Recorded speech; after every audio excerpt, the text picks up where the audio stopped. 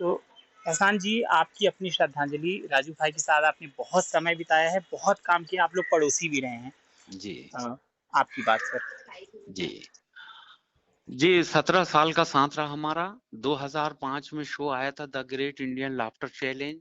तब से वो साथ थे, अंतिम सांसों तक के साथ में रहे।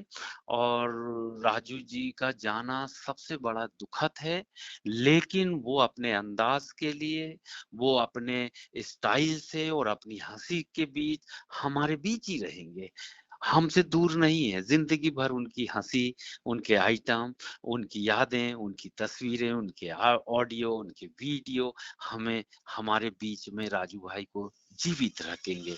मैं सच्चे मन से उनको श्रद्धांजलि पेश करता हूं और उनके परिवार को ईश्वर शक्ति दे ये दुख सहने की। और खास तौर पे हमारी जो कॉमेडियन जमात है, उनको उनको सबको दुख पहुंचा है, क्योंकि ये हमारी जमात के लिए बहुत बड़ी क्षति है। तो इस नुकसान को मालिक पूर्ति करे, उनके जो आखिरी अरमान रह गए हैं उसको पूरा करें सब कलाकार मिलके, तो ही सच्ची श्रद्धांजलि होगी। एहसान भाई, एक और चीज मैं देखता हूँ कि जितने कॉमेडी सर्कस में लोग आए थे, वो जी। सभी लोग ना अपने रूट्स को लेकर उससे जुड़े रहे। आप भी कभी नहीं हटे, आपकी अपनी अलग उपलब्धि है। राजू भाई ने जिस तरीके से यूपी के रूट्स को पकड़ा और मुंबई के साथ जोड़ा, यहाँ की लैंग्वेज और भाषा के साथ उनकी, क्या आपको क्या खास बात लगती है उनकी कॉमेडी में, उनके व्यक्तित्व में खास तौर से, जो हमेशा हमें भी सीखना चाहिए?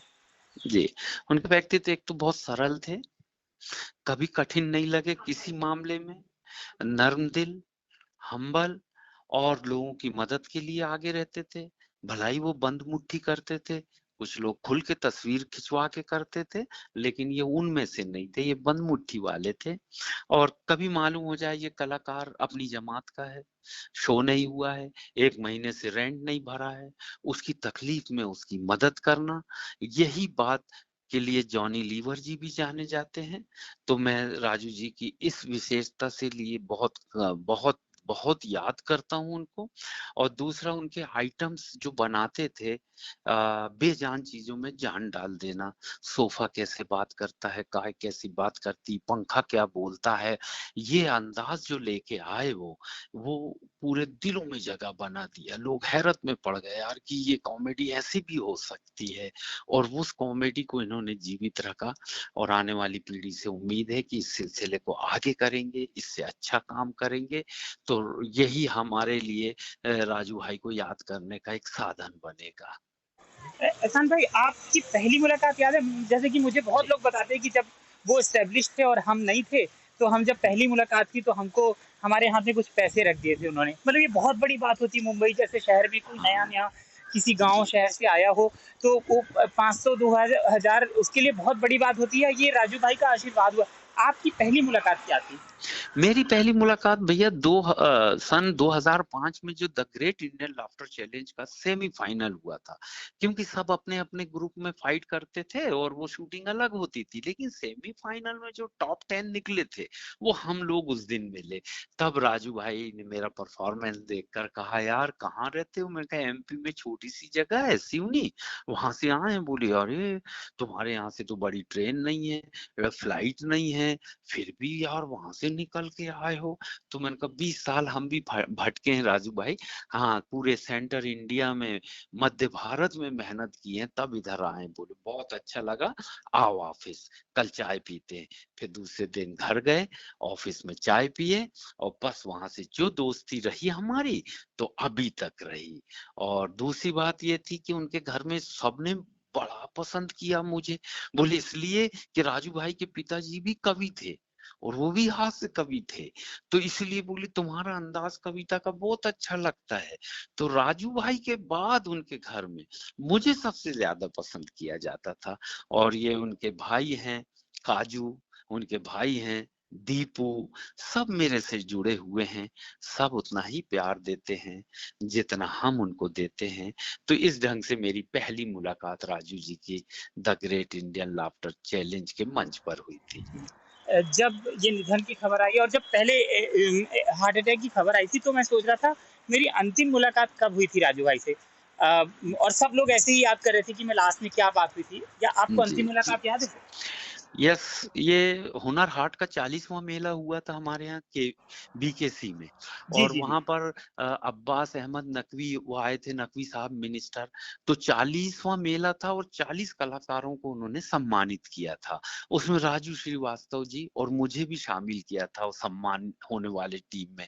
तो हमको भी सम्मानित किया था उन्होंने। वहां हमारी लास्ट मुलाकात थी। फिर हमने बैठ के राजू भाई से कहा था, यार फिल्म बनाओ राजू भाई, कॉमेडियंस को लेकर, कुछ नहीं तो बॉम्बे टू गोवा पार्ट 2 बना लो। बोले हाँ तुम सही कह रहे। मैंने कहा हम सारे कॉमेडियंस में जो पुरानी टीम है, तुम ही सक्षम हो। सुनील को कुछ पैसा मिलता है तो सुनील पाल भी कुछ फिल्म बना लेता है, लेकिन आप बनाओ बड़ी फिल्म। तो बॉम्बे टू गोवा पार्ट 2। मैंने कहा अब यूपी के मिनिस्टर भी हो आप, आपके टेबल से ही वो सैंक्शन होते हैं पैसे, तो सब्सिडी भी मिल जाएगी। बोले अच्छा आइडिया दिए। नेक्स्ट मीटिंग में हम बैठते हैं। बस ये सपना उनका और मेरा अधूरा रह हुँ। गया। लेकिन नए कलाकारों ने जिन्होंने बहुत पैसा कमाए, मैं उम्मीद करता हूँ एक कॉमेडी फिल्म बना के सारे कॉमेडियंस को लेकर एक सच्ची श्रद्धांजलि राजू जी को जरूर देंगे। जी, बिल्कुल। अंतिम सवाल मेरी ओर से, जब एक तो यूपी के मिनिस्टर रहे और जब वहाँ पे फ़िल्म सिटी बनने की बात हुई, तो उनको हम्म। उसका भी मेन कुर्सी दी गई फ़िल्म सिटी में जो चेयरमैन वगैरह थे, तो उन्हें ऊपर की कुर्सी मिली। तब एक और उम्मीद बड़ी होगी कि अब फ़िल्म सिटी वहाँ पे हो जाएगी, तो एक अलग तरीके से हम लोग का उत्थान होगा। देखो यूपी के थे, हुँ, उनका तो रचा बसा था। मायका कानपुर, ससुराल लखनऊ। तो उनका बहुत कुछ लगाव तो वहीं से था, लेकिन जिंदगी संवरी है उनकी मुंबई में। तो उनके पीछे तो ये भी एक दुख था कि मुंबई की जो सिटी है, फिल्म सिटी, इसको बिना नुकसान पहुंचाए वो उसको कैसे बढ़ा सकते हैं। और बढ़ रहा, धीरे धीरे वहां की बेरोजगारी दूर हो रही थी। धीरे धीरे अब हो भी रही है और नए लोगों को, नए टैलेंट को वहां काम भी मिल रहा है। बॉम्बे का स्ट्रगल बहुत तगड़ा है, लेकिन वहां बहुत आसानी से काम मिल जाता है। तो ये उनके रहते में ये दो काम बहुत अच्छे हो रहे थे। Noida film city and Lucknow में जितनी शूटिंग हुई है इस बीच में, बहुत ज्यादा फिल्मों की शूटिंग वहां हुई। और प्रोड्यूसर्स बहुत खुश हुए कि लोकेशन अच्छा मिल जाता है, पब्लिक बहुत सहयोग करती है। तो यूपी के लिए उनका अलग ही मोहब्बत थी, क्योंकि वो वहां से थे। और बॉम्बे में भी काम किया उन्होंने, है ना। तो ये चीज मैं कह रहा था, अंतिम बात मेरी, कि राजू जी हमारे बीच नहीं रहे, ये बड़े दुख की बात है। और आज उनको याद करके उनके वो सारे दृश्य, उनका पूरा चरित्र और उनकी पूरी बातें याद आ जाती हैं। बस इसी दुख के साथ मैं अपनी बात समाप्त करता हूँ। मालिक उनकी आत्मा को शांति दे। जी। Thank thank you you, thank Khan भाई। यू। Thank you.